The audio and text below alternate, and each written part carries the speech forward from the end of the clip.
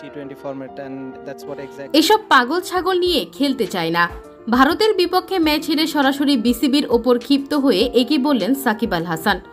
দর্শক, T20 বিশ্বকাপের মূল মঞ্চে নামার আগে বাংলাদেশি নিজেদের পরখ করে নেওয়া শেষ সুযোগ, সেটাও আবার শক্তিশালী ভারতের বিপক্ষে। বিশ্বকাপ প্রস্তুতি ম্যাচে অবশ্য ভারতের বিপক্ষে খারাপ করেনি বোলাররা। রোহিত শর্মার দলকে 5 উইকেটে 182 রানে আটকে রেখেছে বাংলাদেশ, অর্থাৎ জিততে হলে টাইগারদের করতে হবে 183 রান। এই লক্ষ্য নিয়ে ব্যাট করতে নেমে 10 রান উঠতেই সাজঘরে ফিরেছেন সৌম্য সরকার, লিটন দাস আর নাজমুল হোসেন শান্ত। এরপর মাত্র 41 রানেই 5 উইকেট হারিয়ে ফেলেন বাংলাদেশ, যেখানে বাকি 2 ব্যাটার ছিল তানজিদ তামিম আর তাওহিদ হৃদয়। এবং শেষ পর্যন্ত ব্যাট তোলার জন্যই বাজেভাবে ম্যাচ হেরে মাঠ ছাড়েন বাংলাদেশ।